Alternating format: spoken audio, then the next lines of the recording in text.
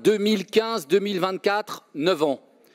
Il aura fallu attendre 9 ans pour que la droite régionale mandate la présidente de la région Île-de-France pour saisir la ministre de l'Éducation nationale. Mais au fait, la saisir pourquoi? Pour demander le rétablissement des 10 000 postes d'enseignants supprimés par Emmanuel Macron et ses 6 ministres de l'Éducation successifs depuis 2017? Que nenni! Il faut dire que lorsque Mme Pécresse était ministre du gouvernement de Nicolas Sarkozy, ce ne sont pas moins de 80 000 postes qui furent supprimés. Mais alors, chers collègues de droite, mandatez la présidente pour demander la suppression du choc des savoirs et ses groupes de niveau qui stigmatisent les élèves les plus en difficulté, comme le montrent d'ailleurs toutes les études, et qui, dans 9 collèges sur 10, ont entraîné la suppression de l'accompagnement personnalisé et du dédoublement? Que nenni!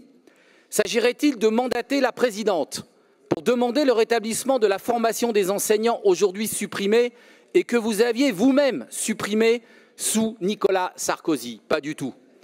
Demanderiez-vous à la présidente d'exiger avec ce vœu de la ministre de l'Éducation nationale qu'elle engage une véritable politique de mixité sociale en exigeant des établissements privés sous contrat qu'ils respectent enfin la loi de 2013 grâce à laquelle ils perçoivent 10 milliards par an d'argent public et pour Stanislas 1,2 milliard gracieusement donné par la région sans respecter aucune obligation dont celle de la mixité, donc en continuant à trier les élèves selon leur milieu social, comme l'indiquent les indices de position sociale?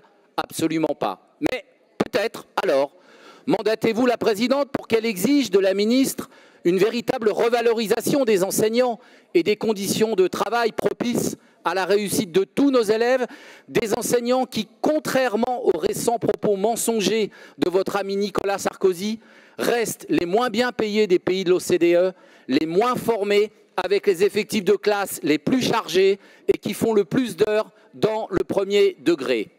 Et puisque vous semblez découvrir l'éducation prioritaire, peut-être mandatez-vous la présidente pour demander à la ministre de l'Éducation nationale de rétablir dans ces quartiers prioritaires la scolarisation des enfants de moins de 3 ans en maternelle, tellement efficace dans la lutte contre les inégalités que vous l'avez supprimée, scolarisation éradiquée en effet sous le gouvernement de Nicolas Sarkozy. Rien de tout cela, rien. Mais alors que demandez-vous avec ce vœu? Finalement, c'est assez simple. Vous demandez la poursuite et l'amplification du démantèlement de l'école de la République que vous abîmez au quotidien. Vous demandez la poursuite et l'aggravation d'une école de la compétition, de l'entre-soi, du séparatisme scolaire puissance 10. Ce transfert de compétences vers les régions est aussi une remise en cause insidieuse de l'universalité de l'école publique, l'école républicaine. C'est l'idée que chaque enfant, partout sur le territoire de la République, doit avoir accès au même enseignement de qualité. Ce vœu n'est pas une solution à la crise éducative.